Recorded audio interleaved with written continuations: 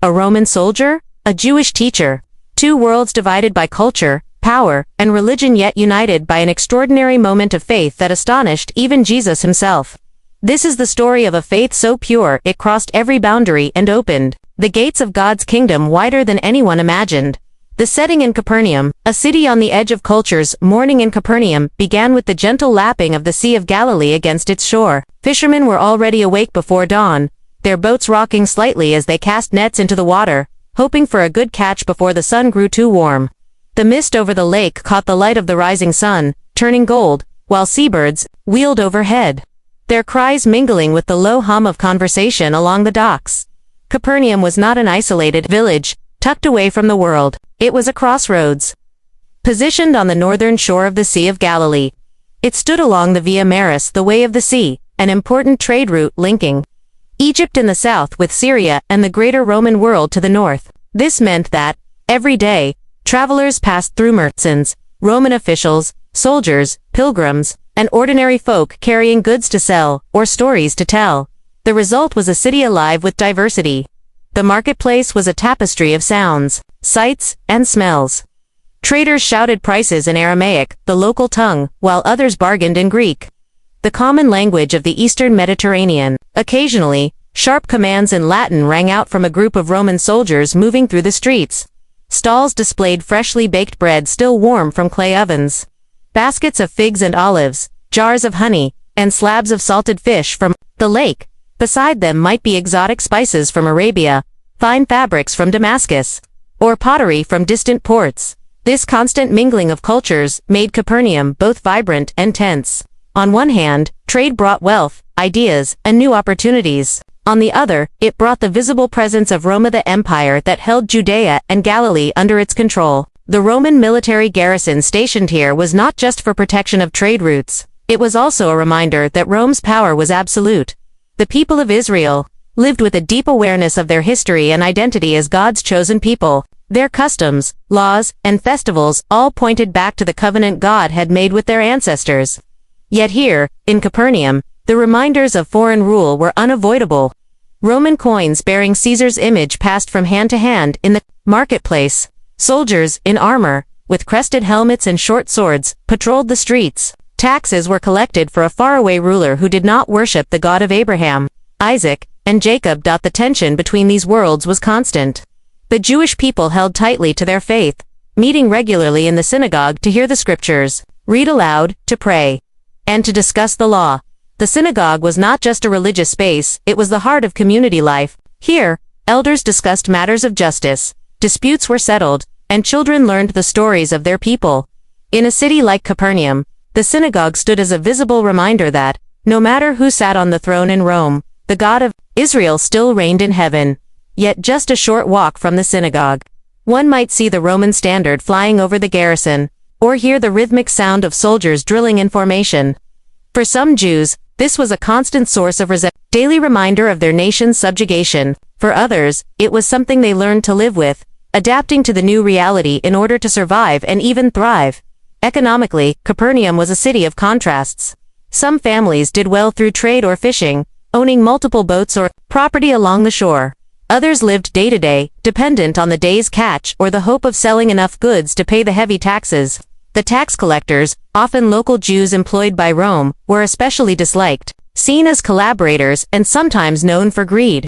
They were socially shunned. Despite these tensions, life in Capernaum continued in a steady rhythm.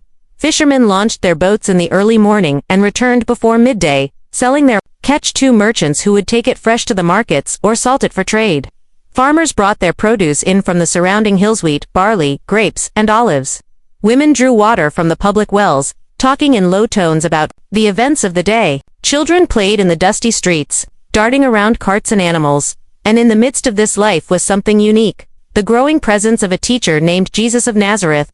Capernaum had become something of a home base for his ministry. He had taught in its synagogue, healed the sick here, and even called some of his closest followers from among its fishermen. Peter, Andrew, James, and John had all left their nets along this very shore to follow him.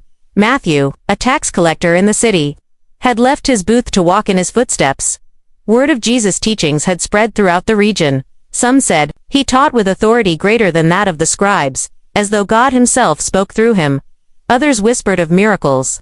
A man possessed by an evil spirit delivered in the synagogue, the sick healed, storms calmed, and even the dead raised. People came from near and far to see him, to hear him, to be touched by his power.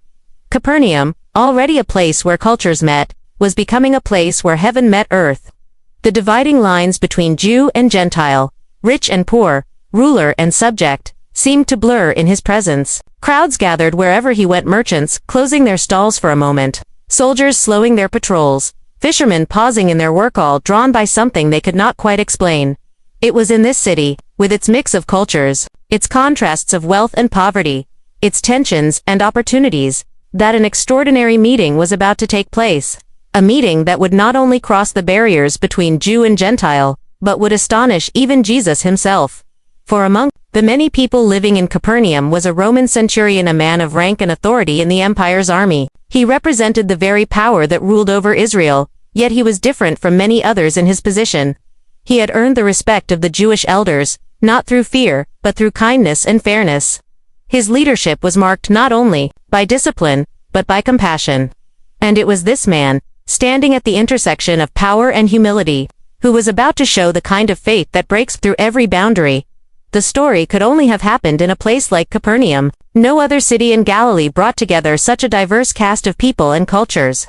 No other place had this unique tension where the synagogue and the Roman garrison stood within walking distance of each other, where fishing boats bobbed on the same waters that carried goods to distant lands. And so, with the backdrop of trade and taxes, soldiers, and synagogues, the setting was prepared. The stage was ready for a moment that would echo through history. The day when a Roman soldier's faith would shine in the city on the edge of cultures, and Jesus would marvel at what he saw. A centurion's reputation, power, authority, and unexpected kindness in the bustling city of Capernaum, where the waters of the Sea of Galilee lapped gently against the shore, and the marketplace hummed with voices from different lands. There was one man whose presence was both respected and feared, the Roman Centurion. To the Jewish people, he was a representative of the empire that ruled over them, an officer of power, the embodiment of Roman authority in their daily lives. A centurion was not a minor soldier. He was a man who commanded roughly 100 soldiers, trained for discipline, strategy, and control. His word carried the force of law. To understand the weight of a centurion's position, one must imagine the discipline of the Roman army. These were not men who drifted into their roles by chance. A centurion had fought battles, proven himself in courage, and mastered the art of command. He had risen through the ranks, not because of noble birth, but because he could be trusted to lead, to maintain order, and to carry out the will of Rome without hesitation. Such a man understood authority in its purest form, not as an ornament to wear, but as a responsibility to uphold. In Capernaum, the centurion's reputation would have preceded him. People knew his rank. They saw his soldiers patrol the streets. They recognized the insignia of his position, the armor he wore when duty called, and the quiet confidence with which he carried himself. He was the kind of man whose orders were obeyed without question, whose presence could silence a room. For the ordinary people of the town, he was a figure to be approached cautiously, for the power he held was real and immediate. Yet there was something unusual about this centurion's, something that set him apart from the many Roman officers who passed through the towns of Galilee. Unlike others who ruled with arrogance or looked down on the Jewish people, this man had earned a different kind of reputation. He was known for his kindness. Kindness in a man of power is rare, and perhaps that is why it is so deeply remembered. The centurion's authority was absolute in the matters of his command, but he did not wield it as a weapon against the people. Instead, he treated them with a measure of respect unusual for an occupying officer. Where others might have demanded obedience through intimidation, he seemed to understand the value of fairness, of listening, of extending help when it was within his power to give it. Stories about him would have spread through Capernaum, not stories of oppression, but of unexpected generosity. The elders of the town could recall the day he took a personal interest in the synagogue. The heart of their community's worship, whether through personal funds or influence, he had helped to ensure that the synagogue was built and maintained. For a Roman officer to do this was no small thing. It was a sign not only of respect for the Jewish people's faith, but of a heart willing to bridge the gap between conqueror and conquered. This was not the kind of man who acted out of mere diplomacy. The sincerity of his actions became clear in the way people spoke of him. The Jewish elders, who were often wary of Roman officials, spoke well of this centurion. They did not speak of him as a threat to be endured, but as an ally to be appreciated. They saw in him a man who valued justice, who showed mercy, and who did not let the pride of his position blind him to the humanity of those under his authority. In the Roman world, compassion was not a quality often associated with strength. Power was maintained through fear, discipline, and visible control. Yet this centurion demonstrated that authority could be coupled with humility, and strength could be expressed in service. This combination made him stand out, not only in the eyes of the Jewish people, but in the eyes of God.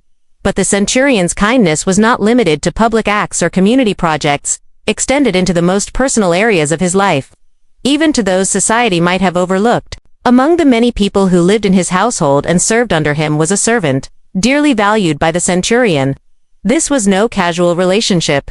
The servant was not merely a tool for labor but someone the centurion truly cared for, in a time when servants were often treated as disposable. The centurion's affection and concern were genuine. When word spread that the servant had fallen gravely ill, so ill that death seemed near, it became a matter of great concern for the centurion. His care for this servant revealed the depth of his character. He could have ignored the situation, replaced the servant, or left the matter in the hands of others. But instead, he made it his personal mission to seek help. For a man of such rank, to take such interest in the well-being of a servant spoke volumes. It showed that his kindness was not a public performance but a true reflection of his heart. He understood authority from both sides, not only how to command, but how to protect and care for those under his authority. This understanding would soon play a central role in the encounter that was to come. In the eyes of the Jewish people, his kindness had already earned him honor. They respected his generosity toward their community. They knew him as a man who did not abuse his power, and when the moment came that he needed something desperately, they were willing to stand with him. This, too, is part of his reputation, not just that he had power, but that he had built trust. The centurion's life in Capernaum was a bridge between two worlds. On one side was the Roman Empire, with its military discipline, political dominance, and often harsh rule. On the other side was the Jewish community, with its deep faith, traditions, and longing for God's deliverance. Few men could stand in the space between these worlds without exploiting one side or alienating the other. Yet somehow, this centurion had managed to win respect from both. It is one thing to have authority because it is given by rank. It is another to have authority because it is given by respect. The first is enforced from above. The second is granted, willingly from below. The centurion had both. And that combination gave his words weight, not only among his soldiers but also among the townspeople of Capernaum. This is the man whose faith would soon amaze even Jesus. This is the man whose understanding of authority would become the basis for one of the most remarkable expressions of trust in the Gospels. But before that moment of faith, there was the life he had lived, one of discipline, power, and unexpected kindness that prepared the way. When we think of the centurion, it is tempting to see only the miracle that would later come. But miracles often happen in the soil of a prepared heart. His reputation was not an accident. It was the result of years of choosing to lead with integrity, to treat people with dignity, and to use his position not only for command but for compassion. The people of Capernaum knew who he was. The Jewish elders respected him. His soldiers obeyed him. His household trusted him. His servant loved him. And soon, all of these qualities, authority, humility, kindness, would be brought together in one decisive act of faith. The servant's crisis, a life hanging in the balance. The centurion's household was one of order and discipline, as expected from a man trained in the ways of the Roman army. Every task had its place. Every servant and soldier knew their duty, and the affairs of the home ran with precision. Yet beneath the surface of structure and control, a crisis was unfolding, one that no military strategy could solve. In that household was a servant whom the centurion valued deeply. In the eyes of many in the Roman world, servants were expendable, mere property that could be replaced if lost. But not to this man. This servant was more than a tool for labor. He was trusted, perhaps even loved like a member of the family. The centurion had seen his loyalty, his hard work, his dedication. And now, that servant was gravely ill. The nature of the illness was severe, whether it was a sudden fever, a lingering disease, or some unknown condition. One thing was certain. It had weakened the servant to the point where death seemed near. Every day, his strength faded. His breathing grew more labored. His skin became pale and clammy. Meals went untouched, and rest brought no improvement. The household felt the weight of the crisis. Other servants whispered in worried tones as they carried out their duties. The centurion's officers, though hardened in battle, sensed the heaviness in their commander's heart. Even the centurion himself, a man accustomed to giving orders and seeing them carried out, now stood powerless before an enemy he could not command. Illness. In times like these, the differences between Jew and Gentile, master and servant, ruler and subject, seemed to fade away. Illness was no respecter of rank or status. It struck the strong and the weak alike. And in this moment, the centurion's concern was not for military matters or political duties, but for the life of someone under his care. The centurion could have chosen a path many others in his position would have taken.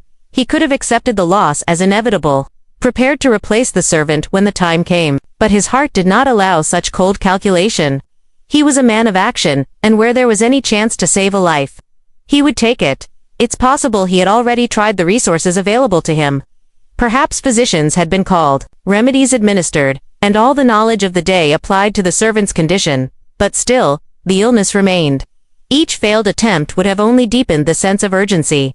In this moment of helplessness, the centurion's thoughts turned in a direction that might have surprised many of his fellow Romans. He had heard of a man named Jesus, a Jewish teacher, who was unlike any other. The stories about him had spread throughout Capernaum and beyond. The sick healed with a touch, the lame walking, the blind seeing, evil spirits driven out by a word.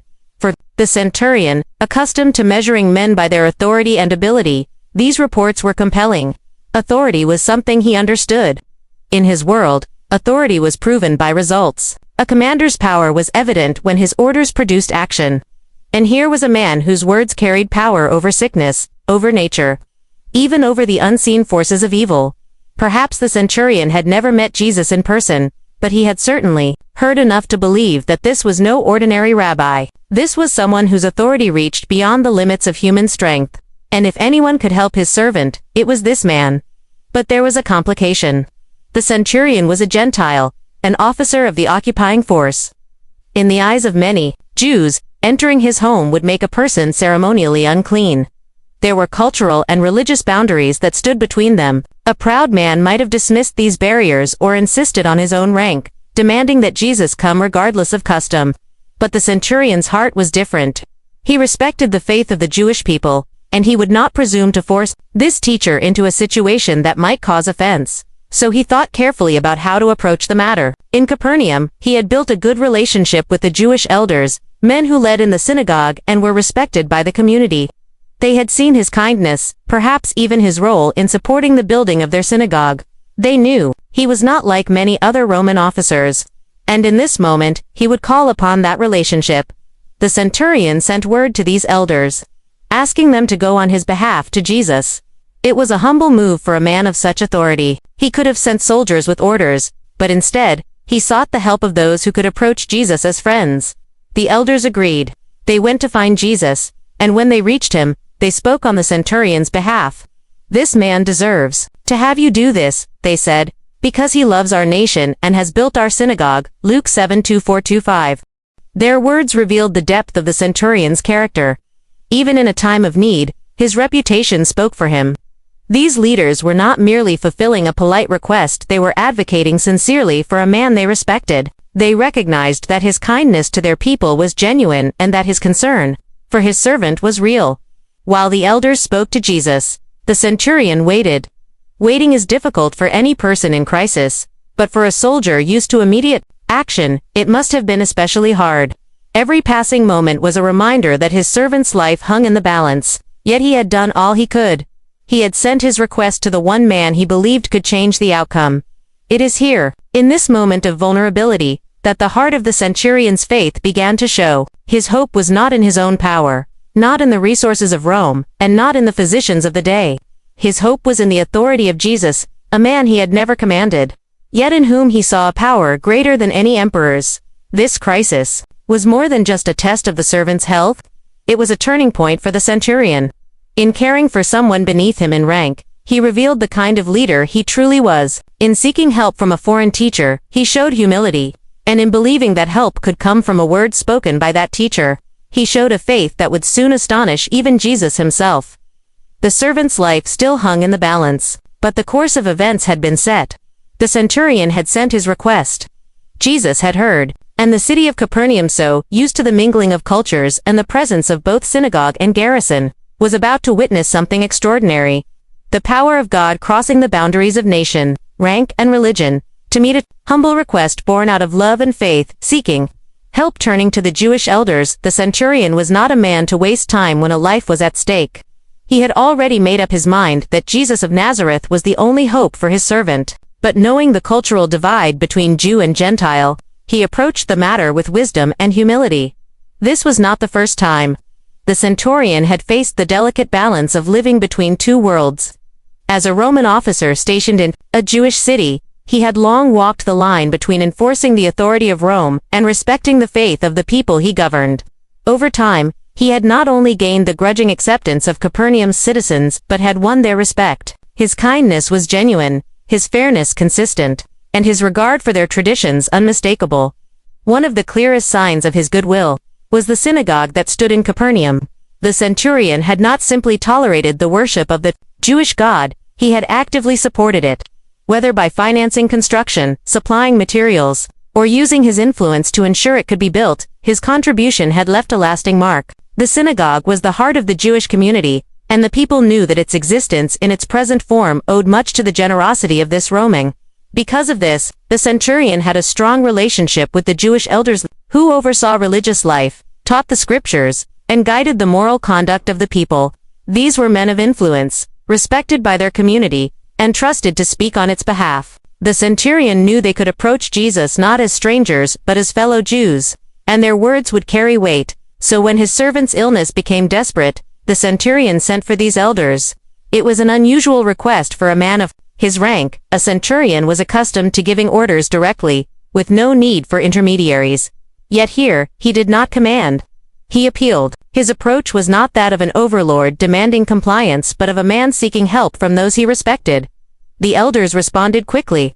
They knew the centurion's character and the sincerity of his concern.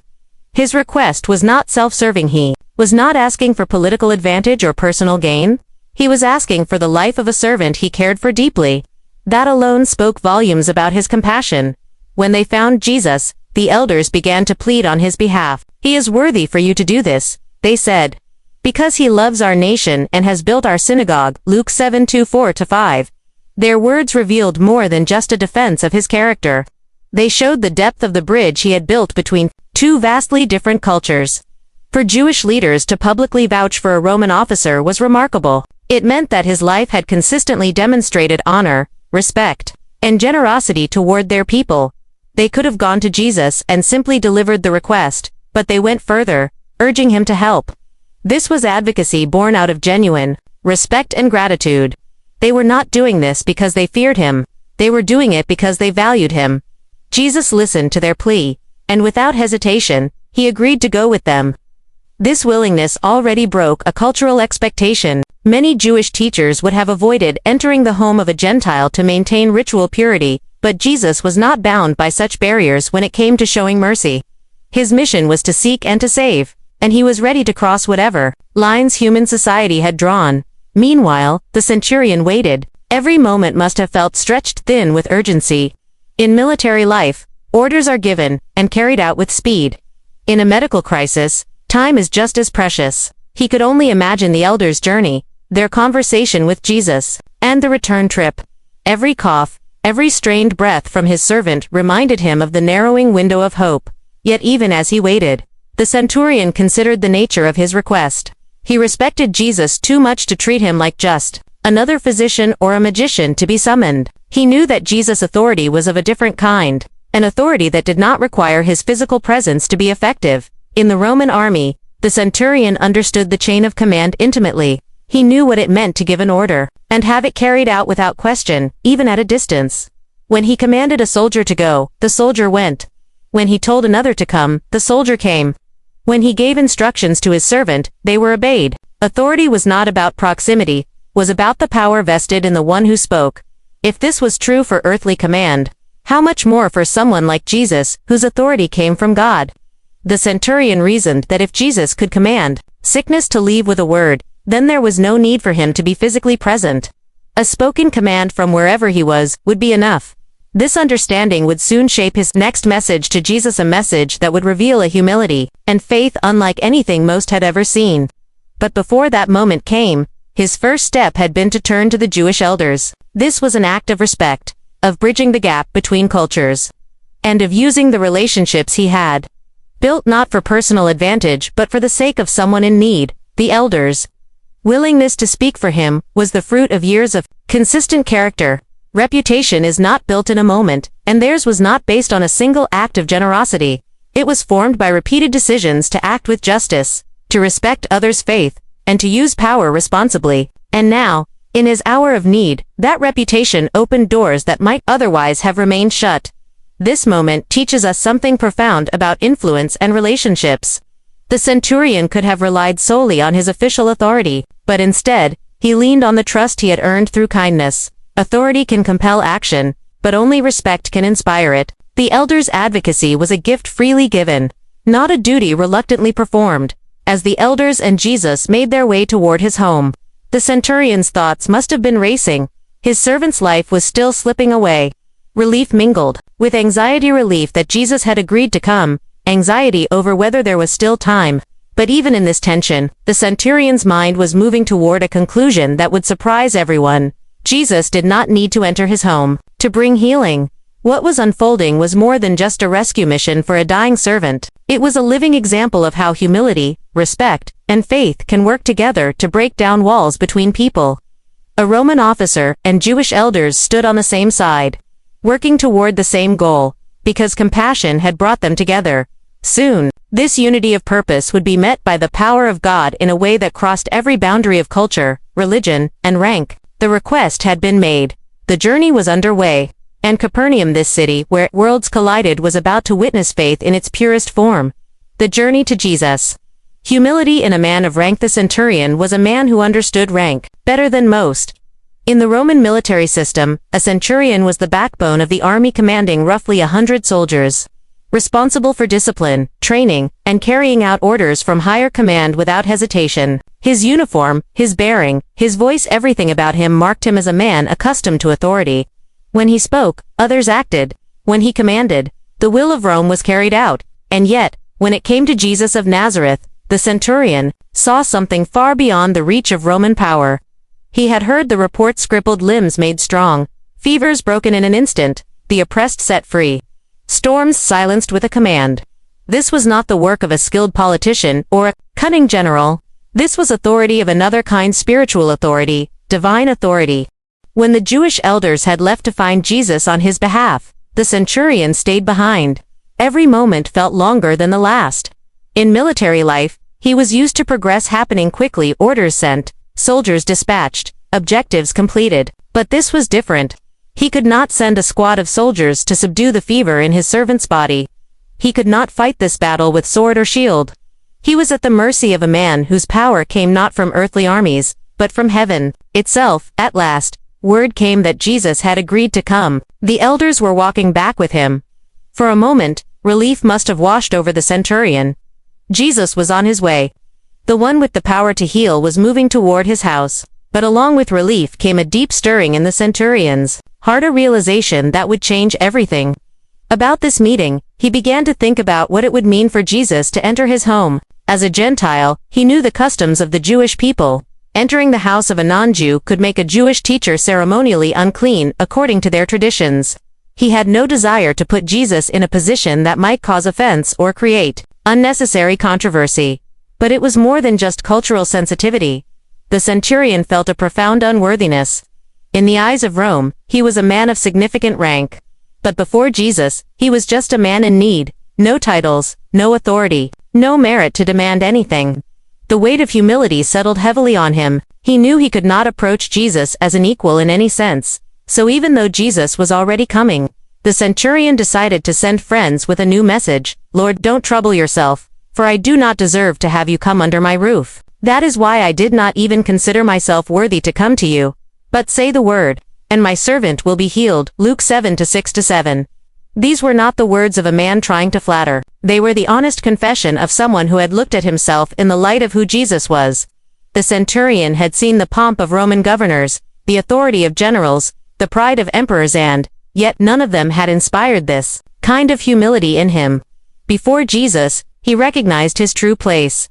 Humility is a rare quality in those with great power. Many in his position might have expected Jesus to come as an act of duty, or even demanded it as a form of respect. But the centurion did the opposite. He lowered himself, acknowledging that even the act of Jesus coming into his home was more than he deserved. And then came the words that revealed the depth of his faith, words that would soon cause Jesus to marvel. "But say the word, and my servant will be healed." Here was a man who understood authority in its purest form. In the Roman army, when a centurion gave an order, it did not matter if he was standing beside the soldier or miles away, the order would be carried out because it was backed by the authority of Rome. Distance was irrelevant. Authority was decisive. The centurion saw the same principle in Jesus, but on a far greater scale. He recognized that sickness itself was subject to Jesus' command. Just as soldiers obeyed him without question, so disease would obey Jesus. If Jesus spoke the word, the healing would happen, whether he was in the same room or far away. "I myself am a man under authority," the centurion explained, "with soldiers under me. I tell this one, 'Go,' and he goes. And that one, 'Come,' and he comes. I say to my servant, 'Do this,' and he does it." Luke 7-8. In this simple comparison, the centurion was expressing one of the most profound understandings of faith found in the Gospels. He saw that Jesus' authority over sickness and the spiritual realm was as absolute as a commander's authority over his troops, indeed, far greater. And because of that, there was no need for rituals, no need for Jesus to even step through the door. One word from him would be enough. This was humility wrapped in confidence. The centurion lowered himself, declaring his unworthiness, while at the same time lifting Jesus high, declaring his unlimited power. His request was both simple and bold. "Don't come. Just speak." As the friends carried this message to Jesus, the journey to the centurion's house became something more than a physical walk. It became a bridge between two worlds. On one end was a Roman officer, used to commanding and being obeyed, now placing himself entirely at the mercy of a Jewish teacher. On the other end was Jesus, the Son of God, willing to meet a Gentile in need, unconcerned by cultural divisions, moved only by compassion and faith. The centurion's humility was not weakness, it was strength under control. He knew who he was, but he also knew who Jesus was. That clarity gave him the courage to approach Jesus in a way that honored him fully. In the streets of Capernaum, people must have watched this unfold with curiosity. Some may have been skeptical. Why would a Roman officer lower himself so much for a Jewish teacher? Others may have been quietly moved, recognizing that something rare was taking place. A man who held the power of Rome in his hand was acknowledging that a far greater power stood in Jesus. By the time the friends reached Jesus with the centurion's message, the scene was set for one of the most extraordinary responses in all of Scripture. Jesus would marvel. And when Jesus marveled, it was never without reason. This man's journey toward him was not measured in miles, but in humility, trust, and a faith that crossed every boundary. The centurion's message, "I am not worthy." The streets of Capernaum had seen many important people pass through, Roman officers on official business, merchants from distant lands, Jewish teachers on their way to the synagogue. But on this day, the message carried through its narrow alleys was unlike any other. It came from a man of authority, a man used to being honored and obeyed. Yet it was filled with humility. The centurion's friends had been sent to meet Jesus with a simple but profound statement. "Lord, don't trouble yourself, for I do not deserve to have you come under my roof." For a Roman officer to speak of unworthiness toward a Jewish teacher was astonishing. In the Roman world, rank and dignity were fiercely protected. Honor was everything. A centurion commanded respect wherever he went. His position carried social weight, and his word was law to those under him. People stood aside for men like him, and few would dare speak to him as an equal. Yet here was a man willingly laying aside that entire status, openly confessing that before Jesus, he was nothing. This was not the false humility of someone fishing for compliments, it was the honest recognition of reality. He had measured himself against the holiness and authority of Jesus, and in that light, his own rank, power, and achievements seemed small. This is one of the marks of true humility. It comes when a person stops comparing themselves to other people and starts comparing themselves to God. By the standards of his peers, the centurion was an exceptional man, respected by the Jewish elders, loved by his household, honored by his soldiers. But when he thought about Jesus' authority over sickness, his wisdom in teaching, his purity of heart. He saw a gap that no earthly position could bridge. The centurion's message continued. That is why I did not even consider myself worthy to come to you. In those words was another layer of humility. Not only did he feel unworthy to have Jesus in his home, he felt unworthy even to stand before him. Many people in positions of power expect others to come to them. Visitors are summoned to their homes. Meetings are scheduled at their convenience. But the centurion reversed that expectation entirely. He saw himself as the one who should be seeking, asking, and pleading, not commanding. This humility was all the more striking because of the cultural gap between them. The centurion was a Gentile, a representative of the occupying force, and Jesus was a Jewish rabbi whose ministry was, at this time, primarily among the people of Israel. The centurion was under no official obligation to honor Jewish customs, yet he not only acknowledged them, he acted in a way that preserved Jesus' freedom to accept his request without cultural controversy. But the centurion's humility did not stop at lowering himself. It was matched by an extraordinary confidence in Jesus' power. But say the word, he said, and my servant will be healed. In this one sentence, he revealed both the depth of his humility and the height of his faith. He did not need Jesus to come and see the servant, to touch him, or to perform any physical action. He believed that Jesus' word alone carried authority over sickness, even from a distance. This was a level of faith rare even among those who followed Jesus closely. Many in Israel still struggled to believe even after seeing miracles with their own eyes. But here was a Gentile soldier who believed without seeing. He understood something essential. True authority does not depend on physical presence. It depends on the power and position of the one who speaks. I myself am a man under authority, with soldiers under me, the centurion explained. I tell this one, go, and he goes, and that one, come, and he comes. I say to my servant, do this, and he does it. Luke 7-8. The centurion was drawing on his own experience to express a spiritual truth. In the military, authority flows from the top down. A centurion obeys the orders of his superiors without hesitation, and in turn, his soldiers obey him without question. His authority is backed by the full power of Rome. The centurion saw in Jesus the same principle, but in a far greater realm. Jesus' authority was backed by the power of God himself, and all creation, whether illness, spirits, or nature, was subject to him. For the centurion, this was not just theory. He had lived his entire life within the structure of authority and obedience. He knew the certainty of giving an order and watching it be carried out. So when he thought about Jesus commanding sickness to leave, he saw no reason for doubt. The sickness would obey instantly, just as a soldier obeys a direct command. This was why he felt no need for Jesus to come to his home. The healing would not depend on proximity, ritual, or physical touch. It would depend entirely on Jesus' authority, which had no limits. A word spoken would be enough. In sending this message, the centurion was making himself vulnerable. Humility always carries risk. There was no guarantee that Jesus would respond the way he hoped. There was no way to force the outcome. But genuine humility accepts that risk because it rests on trust, not entitlement. The friends who carried this message must have felt the weight of the words as they repeated them to Jesus. They knew the centurion's rank, they knew the honor he was showing by speaking this way. It was one thing for the Jewish elders to vouch for his worthiness, it was another for the centurion himself to declare his unworthiness. This combination of humility and faith was rare, and it was precisely this combination that would cause Jesus to marvel. In all his ministry among Israel, he had not encountered faith quite like this, not among the disciples, not among the crowds, not even among the religious leaders who spent their lives studying the scriptures. The centurion's message stands as a timeless example for all who seek God. Many approach him either with pride, expecting answers as a right, or with doubt, unsure if he has the power to act. The centurion approached with both humility and confidence, humility that confessed, I am not worthy, and confidence that declared, but you can do it. Even today, this is the posture that moves the heart of God.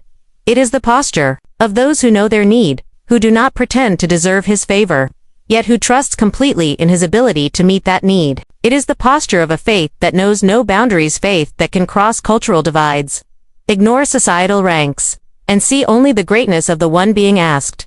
As the messengers finished delivering his words, the centurion waited. His servant was still sick, the outcome still uncertain, but in his heart, He had placed the matter entirely in Jesus' hands.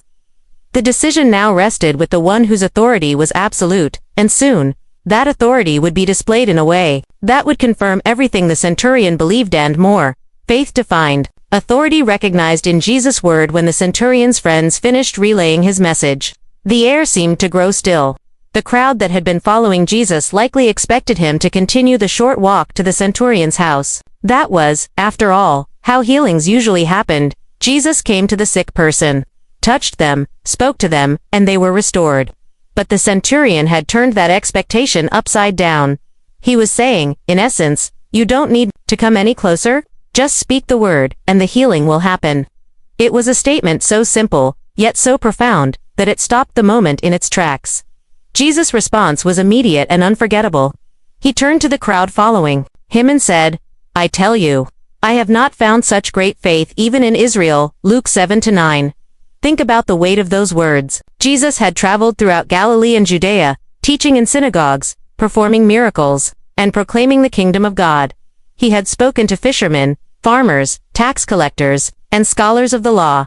He had met men and women who had grown up with the scriptures, who knew the promises of God, who could recite the history of his mighty works. And yet, among all of them, he said he had not found faith as great as this Gentile centurion's.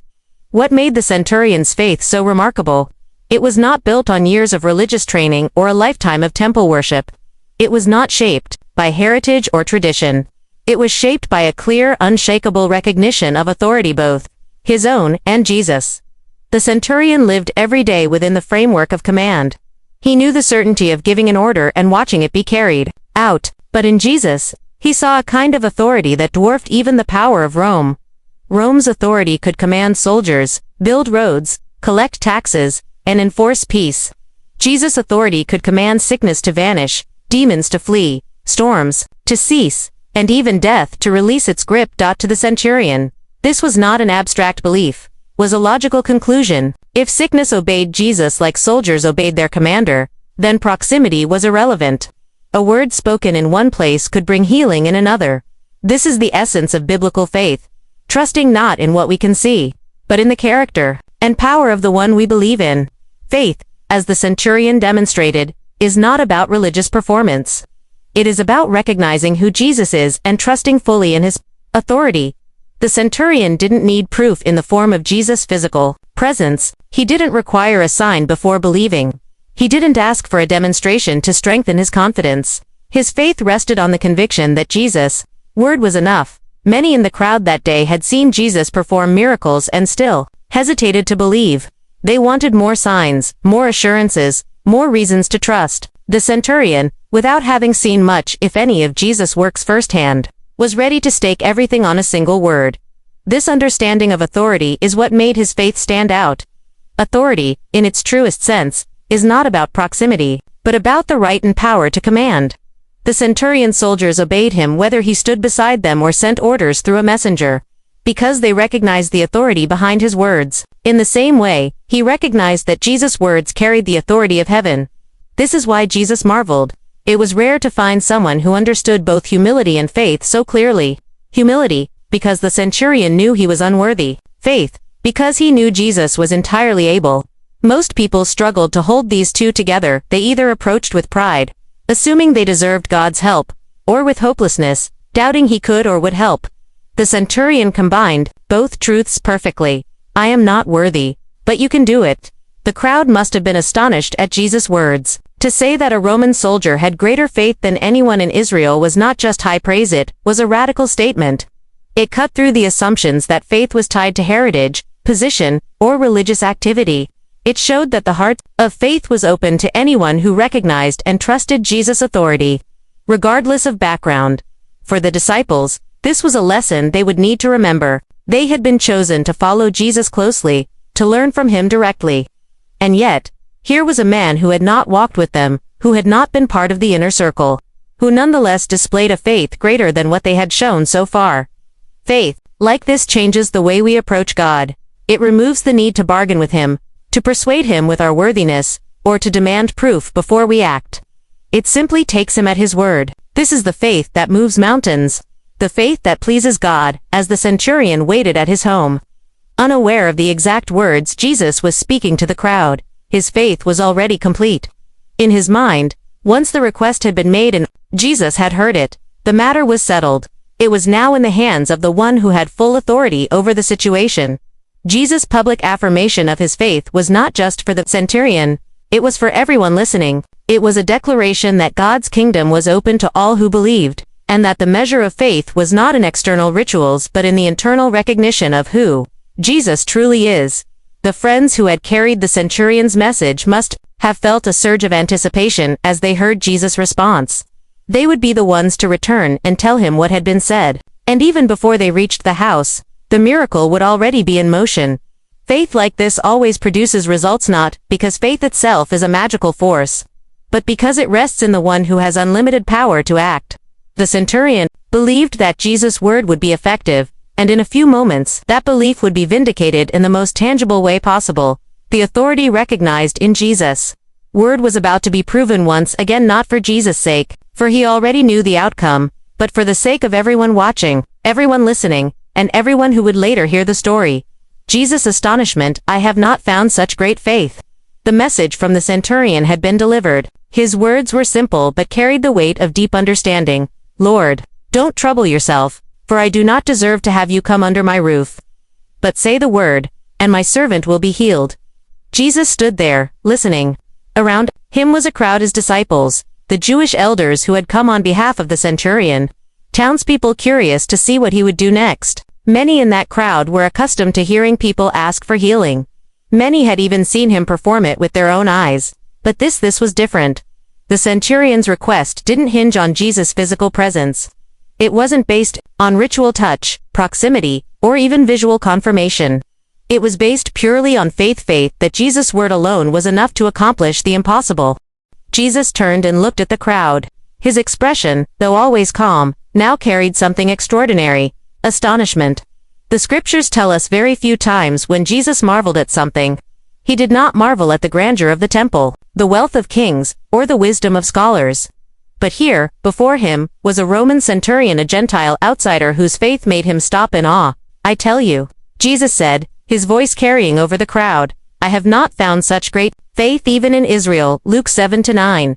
Those words must have shocked his listeners. For a Jewish teacher to say that the faith of a Roman soldier surpassed that of anyone in Israel was no small statement.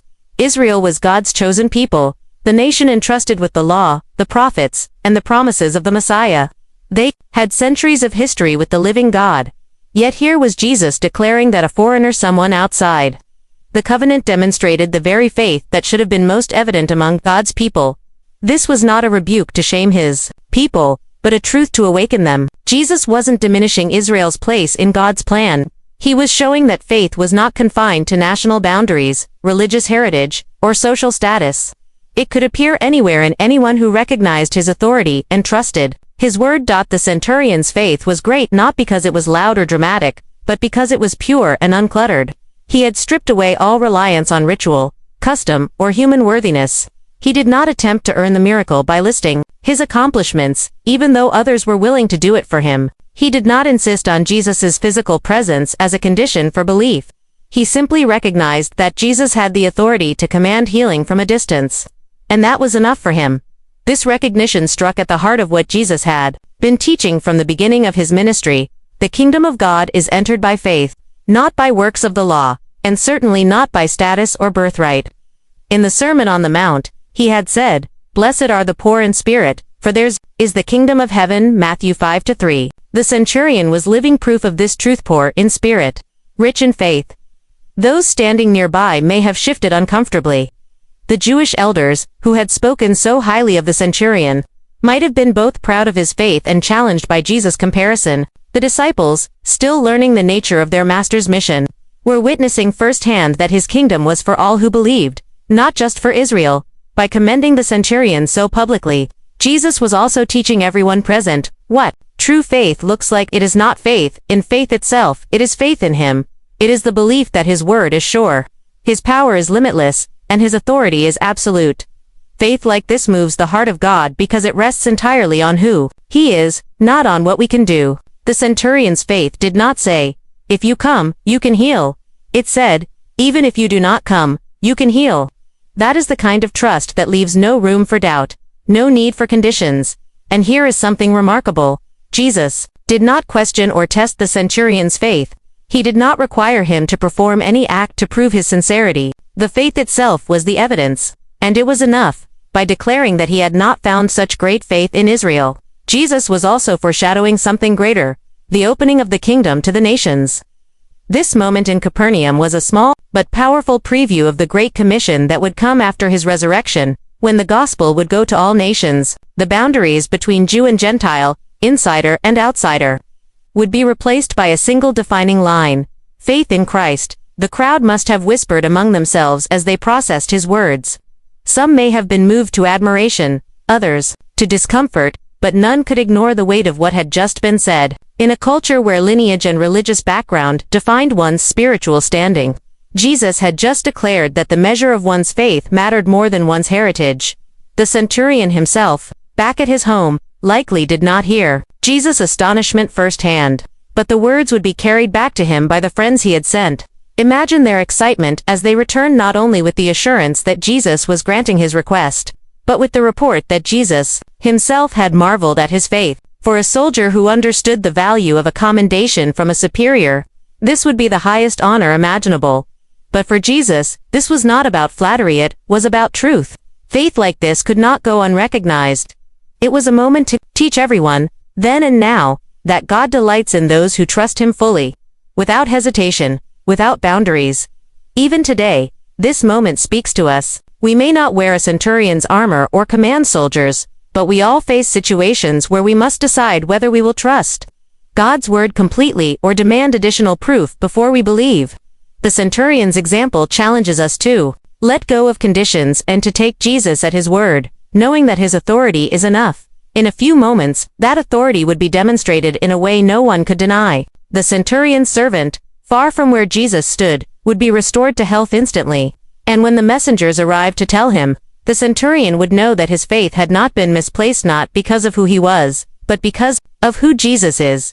The healing at a distance, power without presence. The friends who had been sent from the centurion's house stood listening as Jesus praised their master's faith. They could see the look on his face. This was no ordinary request, no ordinary belief. And though they had not yet seen any visible change, they sensed that something had already happened. Jesus did not need to pause to consider. There was no ritual to perform, no special object to use, no journey to complete. The centurion's words had been enough. His faith had reached across the distance. And now Jesus would answer. He did not walk further toward the centurion's home. He did not even ask to see the servant. He simply spoke, or perhaps, in the quiet authority of his will, he commanded without needing to raise his voice. Whatever the form, the outcome was certain. The healing was done. At that very moment, far away from where Jesus stood, in the centurion's house, the dying servant's condition began to change. The fever that had gripped him broke. His labored breathing eased. Strength returned to his body as if poured in from an unseen source. Those keeping watch over the servant must have looked on in amazement. One moment, he had been on the edge of death, pale, weak, barely responsive. The next, color returned to his cheeks, and he began to sit up. The change was so sudden, so complete, that there could be no doubt. This was no gradual recovery. It was an instant restoration. It is important to realize what made this moment so unique. In every other healing up to this point, those around Jesus could witness the miracle with their own eyes. They could see him touch the blind man's eyes, hear him speak to the lame man, watch him raise someone from the dead. But here, there, was no physical action for the crowd to observe, only the certainty of his authority and the evidence that would come later. This was a miracle that relied entirely on his word. No proximity, no contact, no ceremony. It was a declaration to everyone present, and to us today, that Jesus' power is not limited by space or time. He is not bound by distance. His authority is the same whether he stands beside you or speaks from miles away. The friends began their journey back to the centurion's house. As they walked, they carried not only the assurance of Jesus' promise, but also the weight of his words. I have not found such great faith even in Israel. They knew they would return with more than just a healed servant. They would return with a story that would be told for generations. Back at the house, the centurion may have been pacing in the courtyard or sitting at his servant's bedside, watching for any sign of change. Every sound, every movement in the sick room would have drawn his attention. Then, perhaps without warning, he saw the servant stirring, opening his eyes, speaking. The centurion, a man trained to keep his composure in battle, must have felt a rush of emotion he rarely allowed himself. Relief, gratitude, awe poured in at once. The servant who had been at the brink of death was now whole, restored as if the illness had never been there. The timing could not have been missed. The moment when Jesus spoke his silent command was the moment the servant was healed. There was no delay, no gap in power. The centurion would have recognized this immediately, and his understanding of Jesus' authority would have only deepened. This healing was more than an act of compassion for a dying man, it was a visible demonstration of an invisible truth. The word of Jesus is as effective as his touch. His authority is not diminished by absence. His will is carried out wherever he directs it. The centurion had believed this before the miracle happened, and now he had the evidence to match his faith. For those in his household, the experience must have been unforgettable. Servants, soldiers, family, anyone who saw the servant's recovery would know that this was no ordinary event, and in the town of Capernaum, the story would spread quickly. People would hear that Jesus had healed a man without even being in the same place. They would hear about the centurion's faith, his humility, and the words Jesus had spoken about him. In a city already familiar with the power of Jesus, this would be yet another reason for awe. For the Jewish elders who had gone to plead with Jesus, the outcome must have been both satisfying and humbling. They had spoken of the centurion's worthiness based on his deeds, his love for their nation, his building of the synagogue. But Jesus had acted not because of those merits, but because of the centurion's faith. The healing confirmed what Jesus had been teaching. It is faith that moves the heart of God. This miracle also served as a quiet rebuke to the idea that God's blessings were limited to a certain people or place. Here was a Gentile soldier, outside the covenant of Israel, experiencing the fullness of God's power through faith alone. It was a preview of the day when the gospel would go out to all nations, when boundaries of race, culture, and geography would be crossed by the power of his word. From a spiritual perspective, the healing at a distance is a picture of how Jesus works in our lives today. We do not see him in the flesh, standing beside us as he did in Galilee. We do not hear his voice with our physical ears. Yet his word is still powerful, his authority still absolute, and his presence still real. We trust him without seeing, believing that what he speaks will come to pass. For the centurion, the miracle confirmed what he had already believed. Jesus' word was enough. He didn't need to see Jesus lay his hands on the servant or stand beside his bed. The power of the word was sufficient. And for the servant, the experience was deeply personal. He had been helpless, unable to save himself, yet restored entirely by the will of someone who cared for him deeply, and by the authority of one who could command even sickness to leave. As the sun set over Capernaum that day, the centurion's household was filled with joy. The servant lived, the healer had spoken, and the faith that had crossed every cultural and religious barrier had been honored in full. This was more than just a miracle story. It was a declaration that the reach of Jesus' power has no limits. Whether near or far, whether touching or speaking, his word is final, and when he commands life, life comes. The lesson for all nations, faith. Beyond boundaries, the streets of Capernaum eventually returned to their daily rhythm, merchants calling out their wares, fishermen mending their nets, children playing in the dusty alleys. But the story of the centurion's servant lingered like a fresh wind moving through the city. People could not stop talking about it. A Roman soldier's servant had been healed, without Jesus even entering the house. The man's faith had so impressed Jesus that he publicly declared it greater than anything he had found in Israel. For the Jewish people, this was both inspiring and challenging. Inspiring, because it showed that God's mercy could extend far beyond their expectations. Challenging, because it confronted the belief that faith and the blessings that come with it were tied to heritage and religious tradition. The centurion's story was a living parable of a truth that would shape the future of the church. God does not measure a person by nationality, status, or outward religion, but by faith. This was the lesson for all nations that the miracle carried. From the very beginning, God's plan had always included the nations. His promise to Abraham had been, "All peoples on earth will be blessed through you." Genesis 12:3. Israel was chosen to be the channel through which the knowledge of the true God would flow to the rest of the world. Yet over centuries, many had come to see their chosenness as a wall of separation rather than a bridge of blessing. Jesus, through this encounter, was tearing down that wall. By honoring the faith of a Gentile soldier, he was showing that the kingdom of God is not defined by ethnicity or cultural background but by humble trust in him. In doing so, he prepared the way for the day when his disciples would take the gospel to the ends of the earth. Acts 1-8. The centurion's example also revealed that faith can flourish in unexpected places. Who would have expected to find such trust in God's authority in the home of a Roman military officer, one representing the very empire that oppressed Israel? And yet, faith grew there because it was planted in a heart willing to see beyond boundaries. Faith beyond boundaries means seeing people not for the labels society places on them, but for their potential to know and trust God. The Jewish elders saw the centurion as a friend to their nation because of his kindness and generosity. Jesus saw him as a man of extraordinary faith. In the same way, God looks at the heart, not the outward appearance. 1 Samuel 16-7. The healing also spoke powerfully to Gentiles who would later hear the gospel.